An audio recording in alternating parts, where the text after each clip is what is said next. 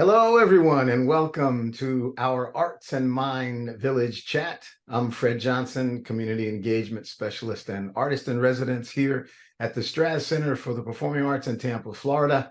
Happy again to be with my colleague from Johns Hopkins University, Karen Alexander, and Karen is the Director of Education and Outreach for the International Arts and Mind Lab.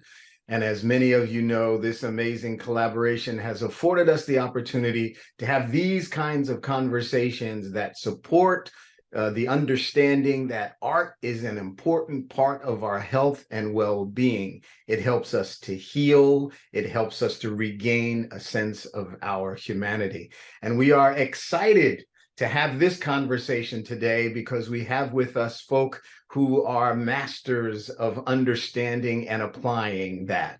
As many of you know, our first few seasons were about the artist and how the artist perceives art and healing, and science and research, and how science and research supports that. And so our Johns Hopkins colleagues have helped us on the science and research journey and have brought us all together. And foundationally, the work that we do here at the Straz Center is based upon that great collaboration. So Karen, welcome, welcome, welcome to this edition of our Arts and Mind Village chat. Thank you. I'm so happy to be a part of this conversation. And as always, we so appreciate your partnership. So as we take this journey together, we have some folk with us who have really been on the journey for a significant amount of time now around sharing knowledge and understanding about human behavior, an amazing commitment to theater and how theater can be utilized to bring forth that message to both educate and inspire and ultimately create transformation. So let me begin by introducing all these beautiful faces that are on the screen. I will start by introducing you to the co-director and really the visionary for this journey for Taya Artistry that hails from New York City, Miss Viev Rada Price, who is the co-director, but again, you know, really she's the starting point for this journey. Viev, welcome. Thank you so much, Fred, and good morning to all of you. It's just so incredible to be here. In the evolution and creation of this artistic way forward, there's a lot of research, a lot of understanding around human behavior, and we'll talk a lot about that. And so the cohort, right? The minds that came together to really formalize this journey using theater and human understanding human behavior is Mr. Jamie Price, who is the founding director of the Sargent Shriver Peace Institute. And when this journey first began, it is really foundationally set upon a concept that both Jamie and Viev will talk about. Jamie, it's a real honor to have you here. Thanks for being a part of our village chat today. Thank you, Fred. It's great to be here. An honor to be part of this conversation. Other important members of the Taya Artistry team, Miss Ima Otto During, who is the company manager for Taya Artistry. Ima, thank you so much for being here. Oh, thank you for having me, Fred. Thank you to everyone else for having me too. And the co-director of Taya Artistry, Mr. Chikuma Obasi. Chikuma, so great to have you be a part of this conversation as well, my friend. Thanks, Fred. So we have kind of an overarching story that introduces us to the understanding of how a theater can be utilized to really move forward a measure of both inspiration and education through Taya Artistry. And joining us today is another really important colleague of our community who herself has a powerful mission and message and is an integral part of the journey that the Straz Center is taking to bring forth this measure of social justice and consciousness and creativity coming together to both inform and hopefully move the dial towards eliminating a huge challenge that our country faces.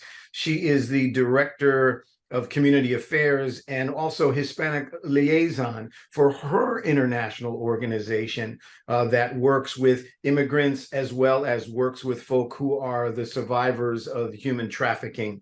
We're really honored to have Ms. Jeanette Mata be a part of this conversation. So Jeanette, welcome. Thank you so much for having me. It's an honor. It's an honor to be a part of such an important group, and I know that we are going to have a great journey together. Thank you for having me. It's our pleasure.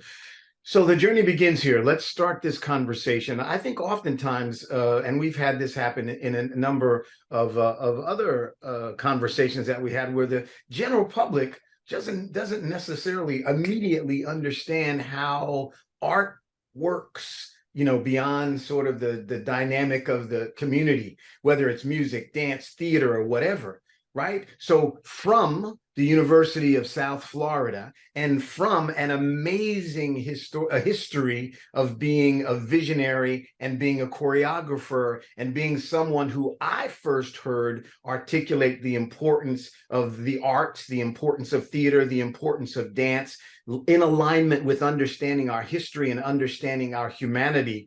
We couldn't do what we do in the Arts and Mind Village chat without Mr. John Parks, who has been a part of this team from its inception, and always kind of helps to keep us on track and gain a lot of wisdom, because he's a wise young man. Welcome, John. Always a pleasure to have you here as a part of our panel. Thank you, Fred. It's been an honor to be a part of this panel. So, full disclosure, a number of years ago, I worked for an organization in New York City called Intersections International. And my role and responsibility there was to formalize an initiative that included the arts, music, dance, theater, spoken word, visual arts, to take a journey that enabled us to utilize the arts in alignment with kind of formal dialogue, to go to conflict areas in the world, to engage in conversations that were around division or conflict, to help people to find pathways to see each other, to share each other's stories, to honor each other, to honor each other's traditions, and to find a creative way for us to really see each other and move towards transformation that's for the greater good of all. During this period of time there, I had the opportunity to meet Viev, and Viev came to Intersections with this vision that was born out of her love for the theater and research work and her academic knowledge, in alignment with Dr. Jamie Price around a concept called the insight approach. But Viev, why don't you share with us your story in terms of how that went? How did it land for you, and how are we here now where we're having a conversation about Taya artistry? Yes, of course. So it is true that I walked into Intersections International in 2009, I think it was, and I had just finished my master's in conflict analysis and resolution, and I had just also finished a master's in public policy. So I was sort of steeped in this kind of academic world, and yet my heart and my being were always drawn to and a part of theater, really, and the performing arts. And as I was doing my second master's, I was so acutely aware of the conflict analysis and resolution field being just so inherently dramatic. Like when we are in conflict, we are just in our fullest human selves, right? And I was thinking, God, there must be something we can do with theater that can bring all of this together and start to do the resolution piece, the transformation piece, outside of just the academy. And so I was thinking so much about how can these two come together? How can we do something where we're really informed by what I was particularly studying, which was this philosophy of consciousness, insight? How can we combine that with performing arts to do something out there in the community that would be grounded and meaningful and proactive.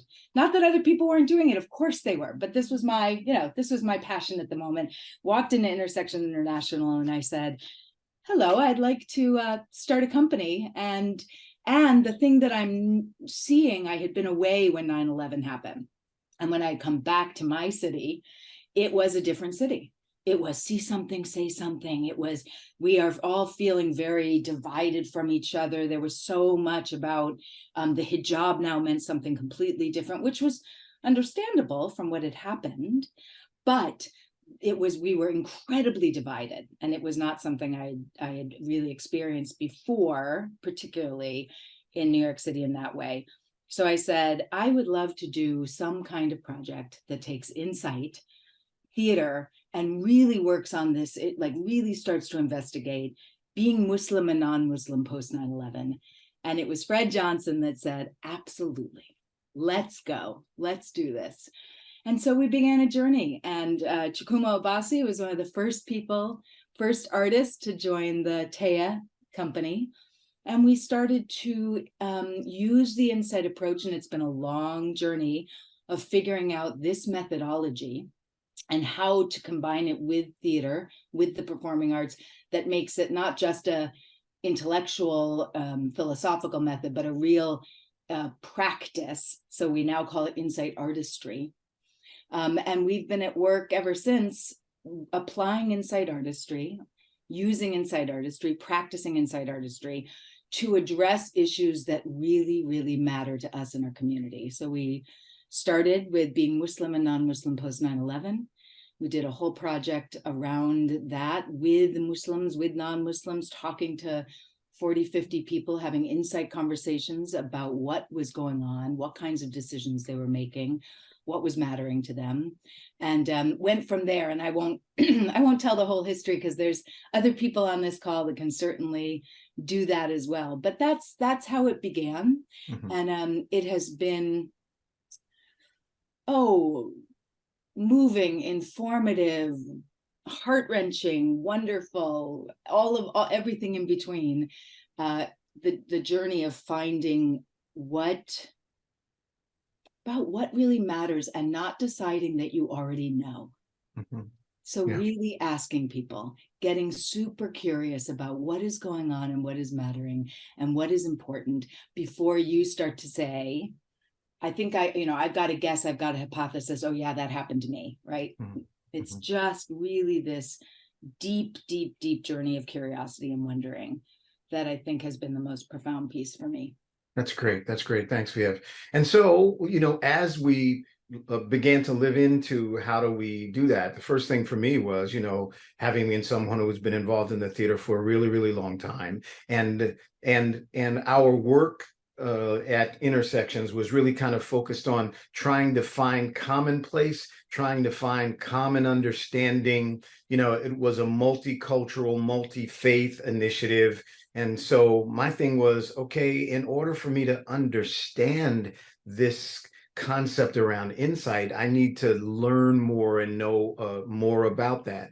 And so hence I was given the opportunity to both sit with Jamie and Viev to understand, what is this insight thing? Because my thing is like, why will it work? What's the commonality? Because, I was about the business of kind of finding commonality in spirit, commonality in our way forward. Most of us perceive, but we're all different, we're all different. So one of the incredible things about insight is that it's kind of a system or an understanding that's kind of common. So Jamie, you really, really being one of the masterful experts on articulating and teaching and bringing forth the concept of insight. Share with us a bit about the insight approach and again the merging, if you will, the merging of the academic understanding with the creative understanding.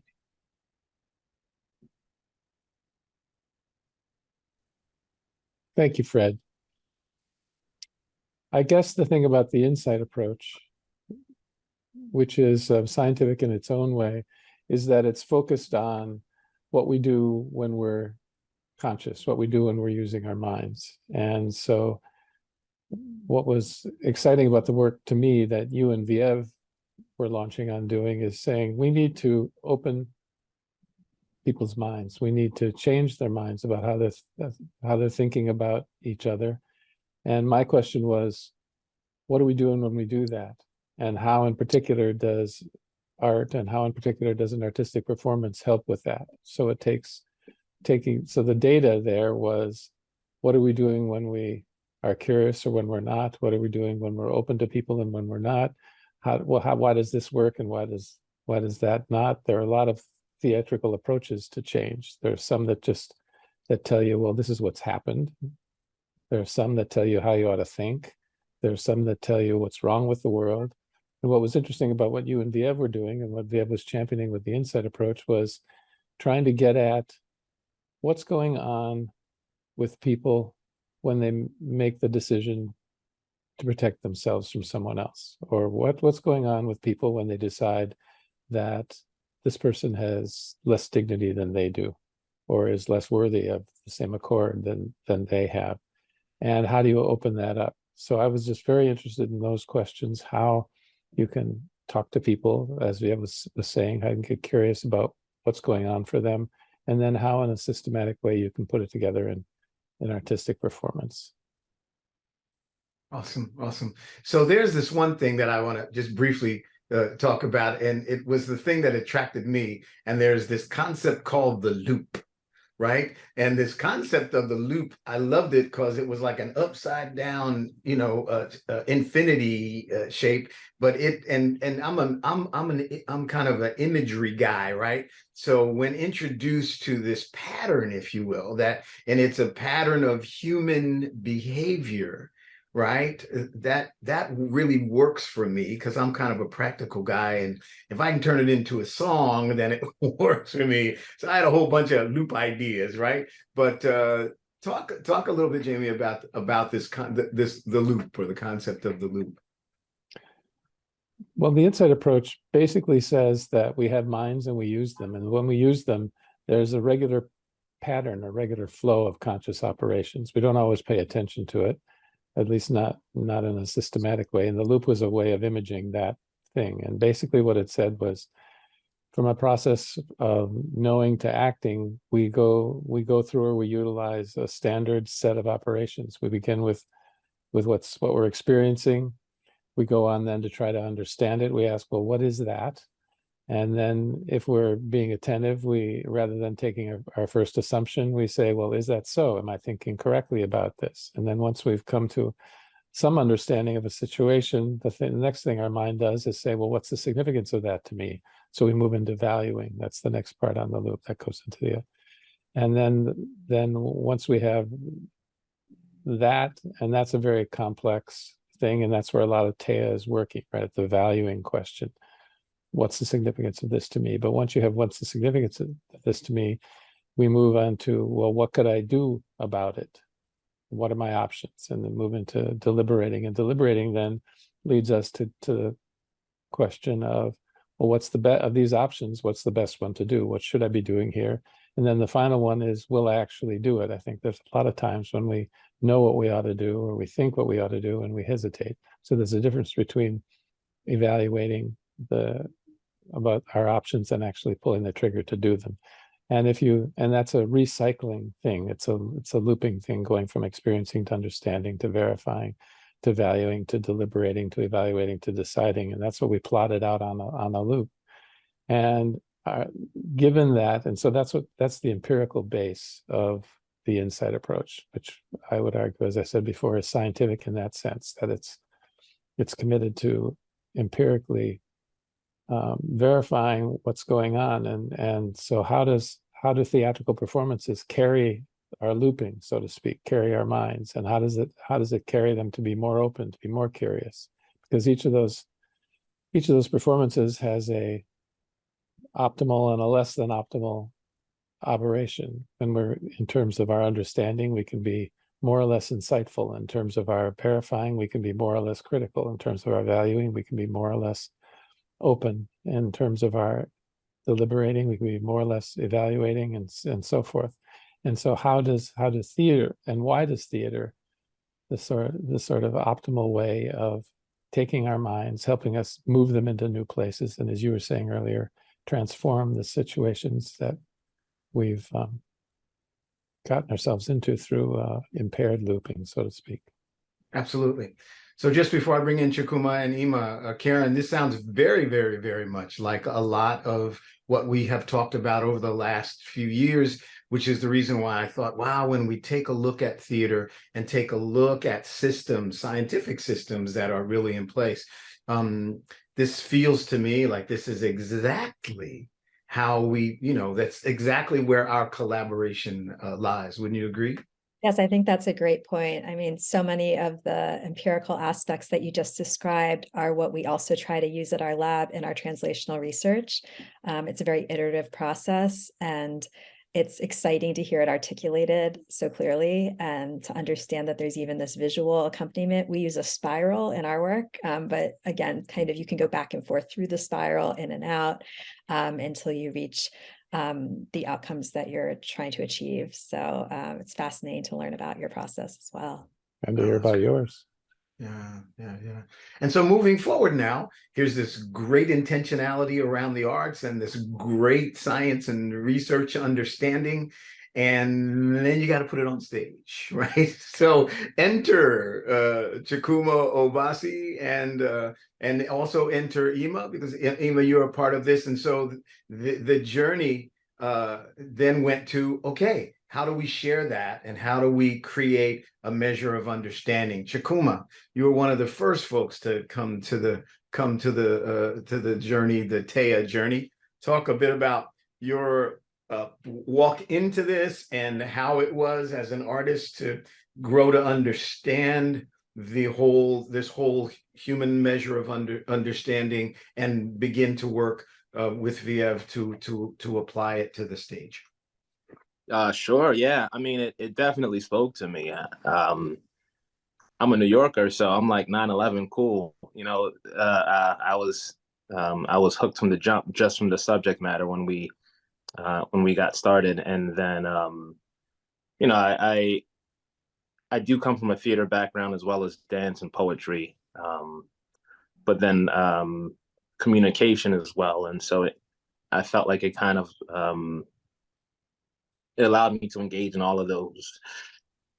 And what I found, like, I mean, up until this point is, it is very scientific and intellectual, but I find it really spiritual too. And I think, both things could certainly coexist. And the reason why, it was spiritual to me is because, like, the way I see conflict is it's an attack on the heart when people are involved, and then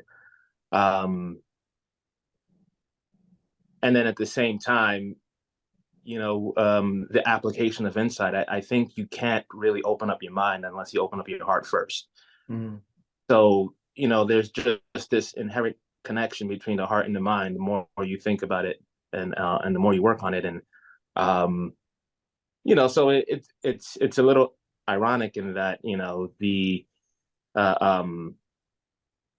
the mind and the heart can both shut down and open up in ways that are just astounding to watch from a distance. So I find it miraculous when like an insight is had that's transformative. And Freddie talked about inspiration and transformation in the beginning of this conversation, and that's exactly where the spirituality comes in for me, because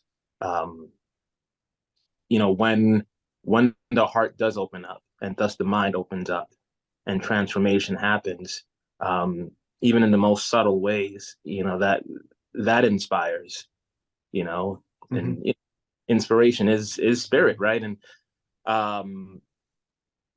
so that kind of keeps me interested, because I've always felt that spirituality and science can coexist. Yeah, absolutely. And that's, yeah, of course.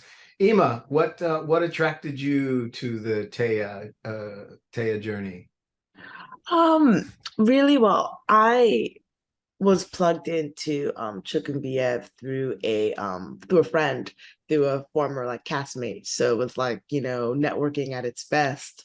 And so when I sat down and talked to Chuck and Bien, what was it, like last November, they were kind of explaining to me, you know, like what they do. And like they had brought insight artistry up to the forefront, and but they didn't go into like too much depth, but they kind of explained it to me as like coming from an informed place and asking questions and talking to people and seeing like, you know, like asking those questions like, is it so, like, is it actually real, you know, what is my perception on this? And what drew me specifically towards them is that they have a focus in talking about and speaking about like issues within our community, and speaking about it and going about it in a way where it's like, you know, we're not just trying to say you're doing this to us and this is bad. It's let's talk about it.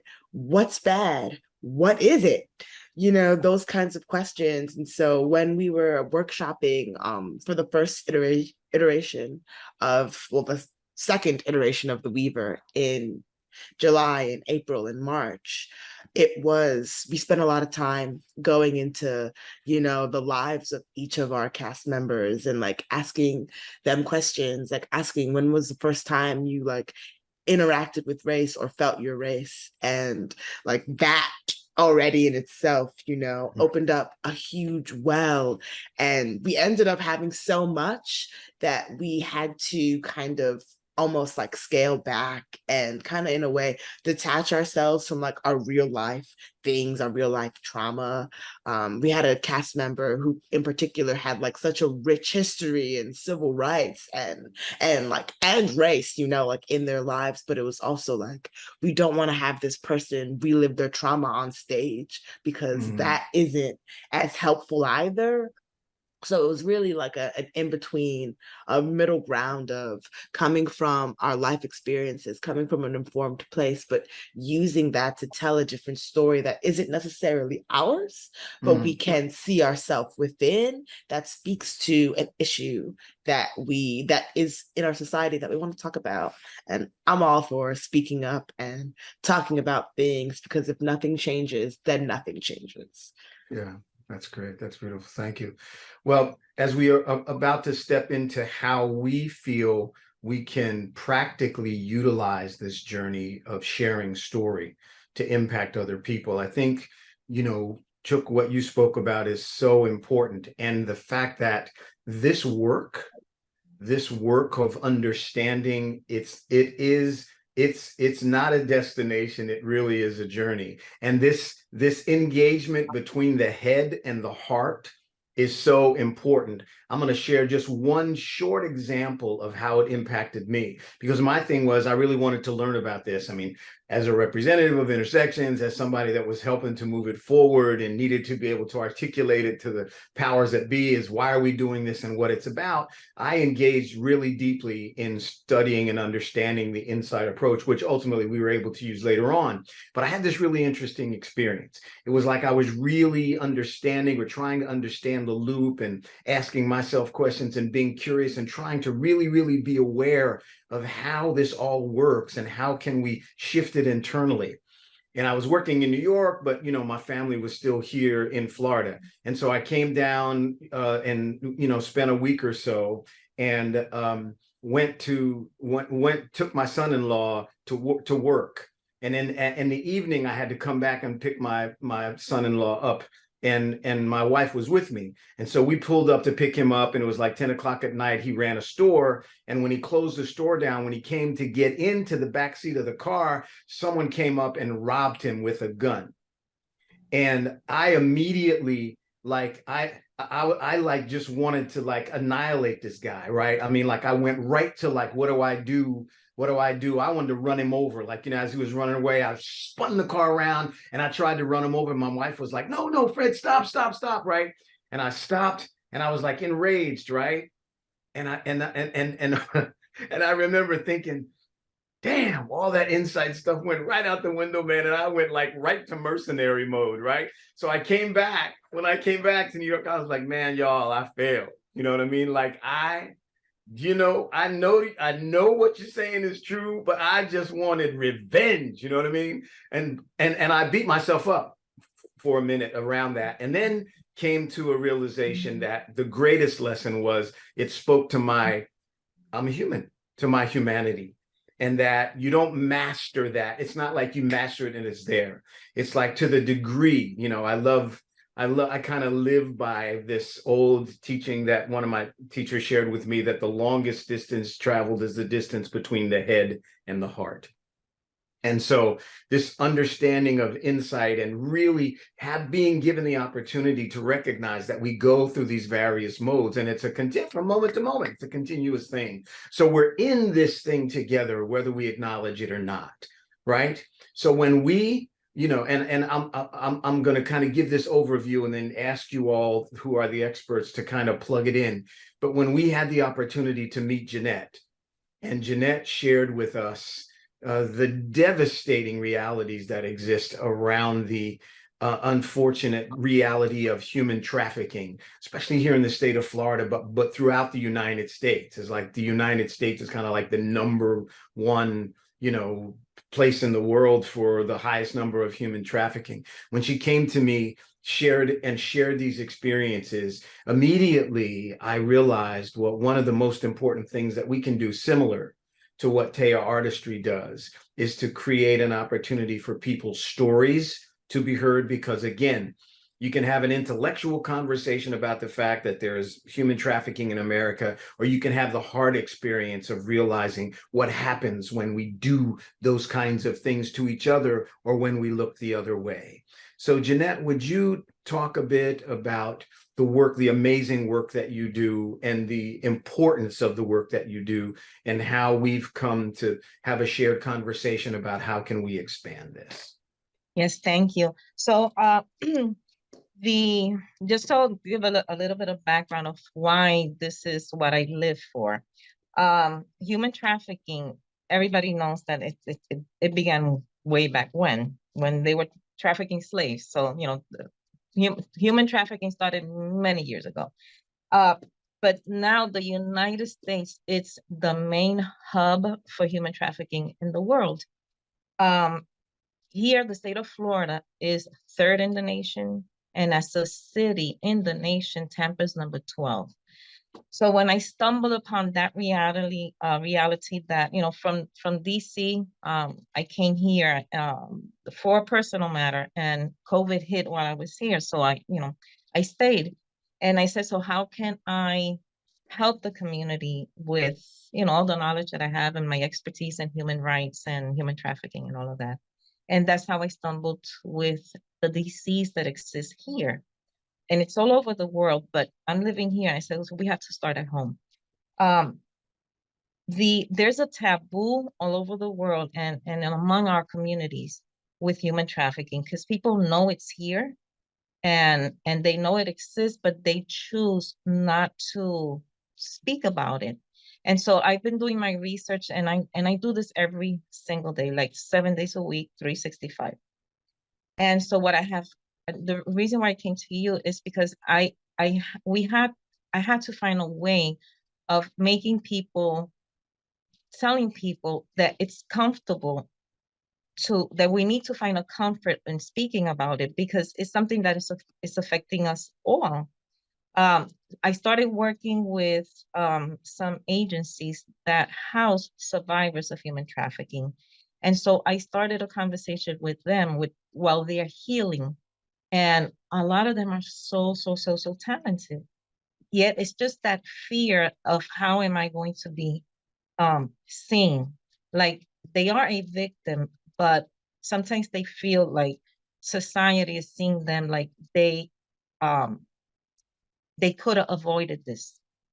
And you can't avoid human trafficking, because it has so many aspects, and it's about controlling the mind.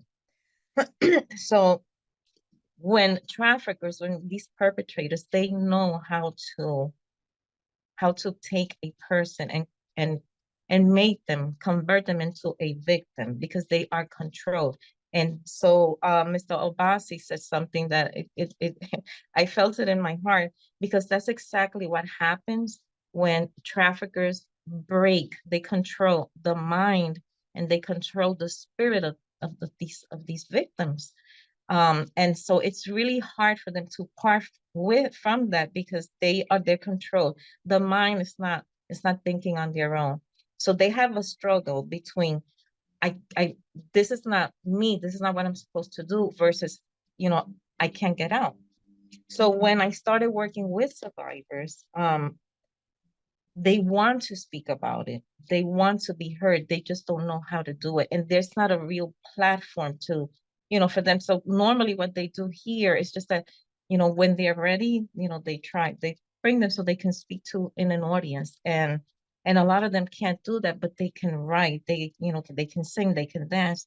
So that's when I approached you and I said, there's a big opportunity here to bring healing to survivors, but at the same way, and it's what we really, really need, is to bring awareness to the community of the existence and the reality and the depth of the what's the word, of the damage that we're doing to ourselves. Number one, by not reaching out to victims and by not educating ourselves about this disease. It's a disease. So, so bringing this, humanizing this problem that we have through the eyes and the voice of survivors, we will be able to change the mentality. And we have been able, thank God, to bring more awareness. One thing that caught my eye is that in the airport, in the PSAs, they were talking about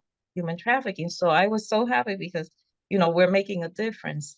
Um, and so it's the perception, because human trafficking, people think it's just through the border, and it's not. It's here, it's home. We have survivors that their traffickers are their parents or their father, and the father's a minister, and the father's trafficking, a 14-year-old among the people that go to church. So it's here. So I have all kinds of stories, and they are ready. They want to speak. They don't know how. So this is a platform for them to be, not only to heal, but also to educate and bring awareness so that people can know that that could be happening at home with their teenager, or with even the wives are trafficked, husbands are trafficked. It's happening at home and they don't even know. So I am so happy that that I'm part of this, and then that I'm hearing everything that I'm hearing, because that's what needs to happen so that we can create a way of minimizing, at least minimizing. I always use the example that COVID worldwide, globally, killed millions in a year, but within that year, people came together, like let's say us now, people came together and they found a way of containing COVID in a year. So I'm saying, if this is a disease here, just like COVID, that's killing millions, how can we not come together and contain human trafficking? I say that we can, and we have to, and this is a way to bring healing, but also to bring awareness and prevention. Great. Thank you, Jeanette. So one of our explorations as artists is to utilize really a lot of what is encapsulated in Taya artistry. I know that, along with the final production, elements in the whole journey of Taya are about interviewing people and, and really having the opportunity to speak to people, to get their voice, to understand their reality, which becomes a foundation upon which a script is written, or a theatrical piece is created, or a way forward in terms of the telling of the story, whether it's about 9/11, or whether it's about the journey of a veteran, or whether it's about an engagement that Taya was responsible for in Memphis, Tennessee, of really doing some really, really concentrated work with the police department and the community there, and creating a piece that spoke to the voices and the understanding that police and community had about each other, and began new levels of dialogue. So that this is a profound way to be able to bring in those voices and to find exploration. We did a piece of last year with members of the medical community from Tampa General Hospital, where doctors and nurses and caregivers shared their visual, they shared their paintings, they shared their spoken word, a couple of people wrote music, and we set a couple of these really, really powerful poems to dance and choreography, so that there's a way to make this work. So when we talk about actualization, actualizing this experience so that it really impacts and awakens and helps us to more profoundly feel how all of our humanity, each of us, are affected. The old concept that if one of us is suffering, then we're all suffering if we'll but look and really be engaged. We have, as you hear what Jeanette has shared, what comes to mind? Well, first of all, Jeanette, thank you for not just the work that you're spending 7 days a week, 24 hours a day, 365 days a year engaged in. And it's just, it's really extraordinary that that our country is, I think you said it was the number one. Yes, we are the number one hub in the world. And people just don't know that. They right? don't. Just don't know that. They don't. The thing that came to my mind is wondering about one of the things that there was a grad student once that Jamie had, I remember this, and she was working with people who had been terrorists, who were committing acts of terror and who were, as it were, who were recovering or not doing that anymore, who had extracted themselves, and using insight to wonder about what it was that they were doing when they were doing that, and what was the impetus, what was leading them to do that, what then helped them not do it any longer. And I couldn't help think, when you were talking about the perpetrators, right, like, what is there a way to talk to people that are trafficking human beings or have done so, and to deeply wonder about what it is that their situation is, what it is that their minds are doing, what it is that they're looping, to use, the loop, like, where are they in the head and the heart? What's happened there? Because again, there's so many stories, and there's so much to wonder about with the victims, like you're talking about, and just to do a lot of insight conversations with them. And also I do wonder, because then it stops it's an awful thing that's happening, but we also other the perpetrator. They become, right, it's like they're evil, or they're probably not. There's circumstances, there's looping, there's insight to be had. And so that's where my mind was going when you were talking, not just on the people that are being trafficked, but what's happening there. If I may interject this, a lot of times it's generational. It's generation. It goes from one generation to the other, because, for whatever reason, grandpa or great grandpa got caught up in this trafficking, sometimes because this is one of the things that are happening. People that have lived for many years, generation to generation, along that corridor of our border, these cartels, have them controlled, because they started using their houses to house people that they were trafficking.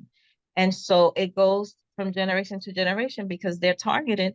And if you don't do what the cartel's saying, you're dead. And these are things that are real. This is still happening today. And so what happens, that these children they go to school, and they're in school during the day, but that's happening at home. And sometimes by the time they're 14 or 15, the father dies or disappears or whatever, and they have to continue this to maintain the household. So sometimes a lot of this is because it's generational, and then it gets to a point in one generation that they say, I can't handle this anymore. And those are the ones that are able to flee, but they're still victims. And then they fall into prostitution, or because they don't know where to go. That's all they know. Yeah. So I think elementally, the opportunity that we have And I think that that's one of the reasons why we wanted to begin to have this conversation is, Karen, in terms of the expansion now, or, taking a look at where our Art and Mind Village chat has gone. We've got a significant amount of science and research. I think, the science that the inside approach brings, that Viev and Jamie bring to the table. And as we begin to expand and move into prescription, if you will, or taking a look at, in other words, we're quantifying the fact that art helps us to heal, right? And so how do we actualize it? Well, this is an example of actualization. The other key element is to be able to do that without politicizing, without being political, with really taking a look at those head and heart realities. In terms of what the Art and Mind, lab is doing, it feels like this is a really important layer as we expand. Absolutely. And I think you raise a good point in terms of evidence, because all of us in some way intuitively feel the meaning or the benefit of the arts. But what we've learned, especially being based in a major academic research institution, is that we can help lend credibility when we're able to disseminate information about the research that's happening to help explain, neurologically and biologically what's happening when we engage in these arts, and the many therapeutic benefits, as all of you have been describing, about sharing stories, taking on different emotions and presenting them publicly. And there's also the impact on audiences as well, which I don't know if we have time to discuss that today, but I'm just so curious, when these pieces are performed, how audiences are reacting, because I certainly can imagine how I might react, but I think it's very interesting to think about how the beholder is also impacted by these expressions of art. Absolutely. And I think Viev and Chuk, and Jamie, you as well, and Ima, as observers, who are in the world of creating these pieces and creating the whole process. And I know that it's been a minute since I have been able to be directly involved, but I know that there were conversations afterwards. So talk a bit about what is the response of the audiences? What kind of a response have you gotten from the public? Viev, you want to start? Oh, sure. And then I do want to pass it to Ima and Chikuma. The one thing I would say is the thing that we go for, that we're always sort of saying when we're creating these pieces is there a way to destabilize the certainty of an audience without shutting them down, right? So is there a way, though, to sort of do that kind of destabilization that makes an audience member really want to lean in and say, or what, or aha, or do I do that? Or just to start generating those questions, or man, is that me? Or what would I do? So it's really intentional around that, verifying that we were talking about, like, is it so, right? There's that moment. And then what significance is that to me? Like what would I do? Or do I do that? Right. So there's all those, that's one of the intentions of the pieces to do, that we hope that happens for our audience. And Chuck and Ima want to talk too. Chuck? Yeah, I mean, I would echo everything that Viev just said, and we just want people to see themselves without having to defend themselves, and I think the thing about theater is we kind of have this like liberty to depict people in the best and the worst of ways. Take their mask off, and all you just gotta, as an audience, just consume it, and it may or may not feel safe, but just consume it. And something we talk about is when we have a performance, we're hoping people are gonna like think about it for a long time, and want people to like wake up the next morning and think about it, and a year later have something that reminds them of the performance. And so like it goes back to the inspiration and the transformation. If there's some element of that, then I don't find that to be a tangible thing. You know, it's hard to write grants, but it's those intangibles that really make it everything to me. Yeah, great. Ima? I could tell that from the conversations that we had after each of the shows that like, oh wow, like people are actually getting this. Because I mean, like sometimes, you usually go to a show, you go, you leave, and that's kind of it. But we found that like we engaged in so much conversation after the fact, and even like right after, a couple of weeks later, I'd see my friends that came and see it, and we talk about it. And I think that the reason why we were able to foster such good conversation around it is because we gave the audience both sides, like both points of view. What's coming to mind in when we did this in July is that there were two scenes where it's like the two main protagonists or antagonists, I guess you can call them. They both have scenes where they're kind of explain like how they feel to like another cast member, and it's very interesting that like they both got to do that like, on the one end the nurse is like, I was scared, like I was afraid, and you really do get that honesty and like that realness. And then the mom, on the other hand, she has a conversation with somebody else in the hospital, and she's like, you don't understand, like you don't get it. And it's like, and you really feel for her. And so like by the end of the play, you feel for everybody. You do. And it isn't like necessarily like this person, like that character is racist. It's like, no, there was a moment and they made a split decision like any of us would have. And because, race is a big thing in our country, like it colored the situation, and it was interpreted in a certain kind of way, in a certain kind of light, because of how things played out. So I think because we were able to do that and actually put it in terms of real life, I think a lot of times when theater projects aim to like teach a lesson, they kind of like put it in a way where it's like, this wouldn't happen in real life. Like this wouldn't happen like this. Where it's like, in our show, I think one of the big defining factors is like people could be like, I could see this happening. I could see this happening. I could see me being the person who, called the security. I can see myself being like the mom, like super upset and overprotective. It's because people could honestly see themselves in that situation. And so they couldn't detach. They couldn't say, well, like, I know I would never do that. So it was, oh no, let me actually start to like think and question and think about the way that I interact even with the outside world. So I think that was like, I mean, the coolest part for me was fostering those conversations, like those meaningful conversations, and like getting to actually, because that was the whole point, like getting to talk about race with people in a way that isn't, like harmful. That's just subjective. That's just us having a conversation. That's fantastic. I think that's one of the most powerful examples of the uniqueness and the importance of the TEA process. It does really humanize it. It really does, John, you're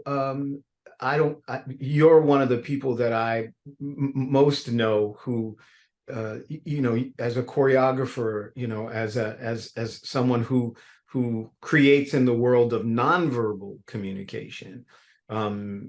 You can feel in your work, and I think in your classes as well, you try to really articulate and be intentional about speaking about that human element, that it's not just art for art's sake, but to really take the essence and the fullness of the experience to the next level, is to really kind of bring it inward and really create it in emotional ways that are felt and real impactful. How do you employ that, and what's your vision in terms of the importance of sharing that, like in a university setting with students that are going to go out into the world and be artists? Well, I just wanted to say I'm just really moved by this whole conversation in terms of its reality, its authenticity, its attention to detail, and its truthfulness in terms of the process, in terms of the loop. I'm really kind of moved by that. I do struggle with that kind of intentionality with the students, because they are trained in dance, and the language that and vocabulary that they have in a sense limits them from really being as authentic as they need to be, and they also are very young. So the process in terms of in terms of studio classes doesn't really address that element of personalization, but I do in my classes. Mhm. Because that's where I come from in terms of getting the material to them. And I do feel that they are enriched with that, but I think that the methods of Taya, that you're using, I think could be used a lot more in dance and a lot more in theater, because it does strip away all of the paraphernalia and all of the baggage and traits that we protect ourselves from. And it kind of peels away those areas of a facade, so that you can really get to the truth, and you can really get to the essence, and they can really see it.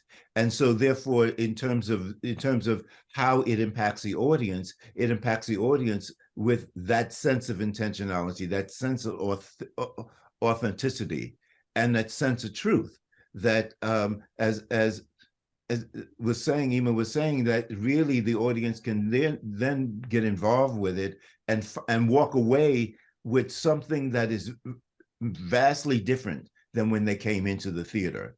And so I am just I'm kind of awestruck by this. I want to find out more about what you're doing. As well, in terms of and in terms of human trafficking here in this country and in Tampa.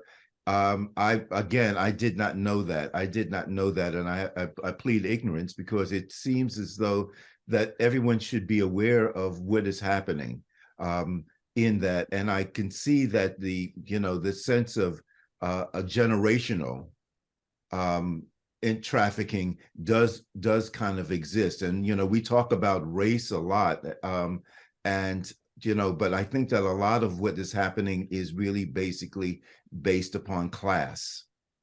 And so I think that we need to really kind of begin to start a conversation that is circle around where people place people in the society, and why they place them there, both for their own edification and domination as well. So I'm really thrilled with this conversation, and I'm just a fly on the wall trying to listen to more.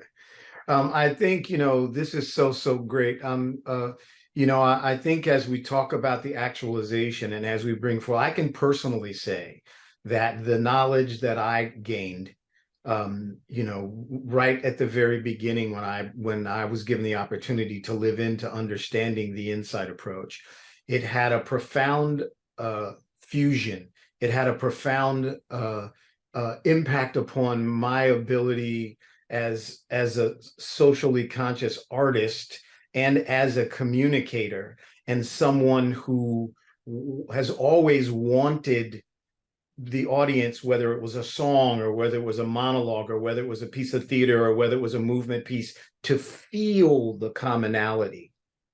That the insight approach does this. I think every major educational institution, every major school for the arts in the world should have the opportunity to engage with the concept of insight, and to really understand more profoundly how Taya Artistry is able to do what they do. I mean, there are many examples out there.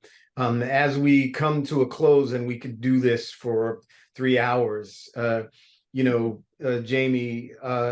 in terms of the work that you're doing now, and what you've been able to observe, and the work that you continue to do internationally that specifically addresses the insight, having heard all this and kind of getting a sense that there is, and Karen will attest to this, there's a national conversation about the fact that art heals, right? How do you, as we move forward, what are some lights that you may see at the end of the tunnel, or what do you think, what are some of the advantages in having this broader conversation nationally? Well, thank you, Fred. There are lots of lights, particularly in the sense of insights going off from this conversation. So I echo John's sense of being moved by the work that the insight people are doing, that Jeanette is doing, Ima and Viev and Chuk. I guess what I'm struck with is the fact that, and Viev said this earlier, that conflict, or that, and you too, Fred, in your story of being robbed at the store, our lives are intrinsically dramatic, and we live, the loop is intrinsically a dramatic thing. Our consciousness flows in dramatic ways. Certainly people who are trafficked are invited into and captured by some sort of story of who they're going to be. I know from just simple examples that I've run into in my life, young women in Haiti being trafficked by the idea of earning money for their families and being taken to Miami and being trafficked from there. There's a woman who lives in the Upper East Side, whose daughter was almost trafficked by being in a chat room on the web. She just wanted a partner. She wanted somebody who cared about her, and you can get swept up by very powerful, as Chuck said, head-heart images that carry you along. And the key thing is to know when the drama is moving towards self-transcendence and when the drama is capturing you, and we get lost in them. And so how does dance, how does theater, how does the work that you're all doing enable people to be mindful of what's going on in their own minds and hearts, and lift them into fuller and greater, as Chuck pointed out, sort of the spiritual dimension of things that tugs us toward compassion, that tugs us toward self-transcendence. So I just think that you're right, Fred. This is the beginning of a movement, really, that needs to happen, in an awakening that needs to happen in terms of the dramatic character of life. And to the degree that Karen's work can explain it, and my work too, for that matter, and critically ground it and make it to be real rather than just idiosyncratic, we're on a step toward important change in the country. And I really honor and salute you, Fred, and the conversation you've been having to make this happen. Well, I think we're at an amazing point where science and research and creatives come together to amplify this conversation and to have examples and to bring forth more conversations and more realities. It early on, when my formal journey around, I was asked the question, well, what's your end game? What's the end game? And my end game was to redefine the role of art and the artist in the transformation and an awakening of the fullest measure of our humanity. And I think that's what we're talking about here. So honored to have you all be a part of this. Continuing our journey, really looking forward to continuing our journey with Jeanette and the work that we'll do around human trafficking. Jeanette, I see you want to share something. Go ahead. Yes, if I can, I just want to thank you, Fred, and thank everyone else for having me here, because this is so important that we do something, because we can impact definitely lives, but communities and societies. And one thing that I want to leave the group with, so that you can understand the gravity of human trafficking, is not about just trafficking people. It's gotten to a point where, and it triggered me to say this for what Mr. Parks said about social levels. So the socialites in our community, they engage in this so much. And an example of what's going on right now Haiti is going through, a very, very, very rough time because they don't have an established government. Because of that there's no control. Haiti is #1 right now in children being trafficked for their organs. So, this transcends, sexual exploitation. This transcends labor trafficking or, domestic servitude. This is really, really, and like I said, I do this every single day. And so the reason why we need to bring this out and survivors and victims are willing to express it in whichever they need help in expressing it. So this would be a good platform for them, a good way for them to bring the notion and let people know that of what's going on right now. And so there's a place here, I don't want to mention the city, but there's a city here and right here in Florida where the children, the sons and daughters of the migrant workers are disappearing because they're being trafficked for their organs. So this transcends, forget about sexual exploitation. This is far deeper than what people realize. And so, and I will continue fighting, and I'm not gonna stop until people know what's really going on. So thank you. Thank you for having me here. Yeah, thank you. The importance of the conversation, I think, is as we expand our understanding, we realize that there's a greater opportunity to understand and shorten that distance between what we think we know and what we feel. And the arts really serve to be a vehicle for that. The arts really serve to be a vehicle for that. And we're really honored to have this opportunity to be a voice to expand it. So Karen Alexander, thank you and all of your colleagues at Johns Hopkins for the amazing work you're doing. Vievrata Price, Jamie Price, Ima, Chukuma, Jeanette, John, thank you all for being here for this edition of our Arts and Mind Village Chat as we continue the journey. It's real. We're going to continue, and we really, really, really appreciate you. So thank you for sharing with us your most valuable commodity, and that's your time. And we look forward to sharing again at our next edition of the Arts and Mind Village Chat. Thanks to all. Take care. Thank you. Thank you. Thank you.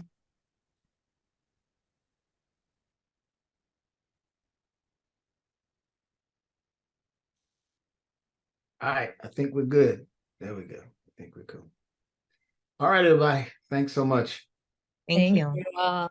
Thank you, so Fred. much. This was Yeah. very Thank educational you. and So enlightening. good. You know. Yeah, so good to meet Yeah. you all. Yeah. Thank you, Jeanette. Thank you so much. Thank you. Oh, Thank you. Thank you. Thank you. Yeah, I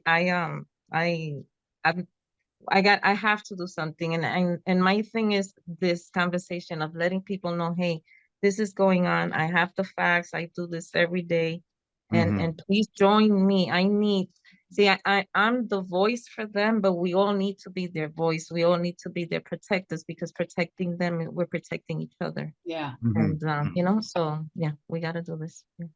Good. Yeah. Yeah. All right, everybody. Thank you you. all so Thank much. you. Yeah. Thank All you. right.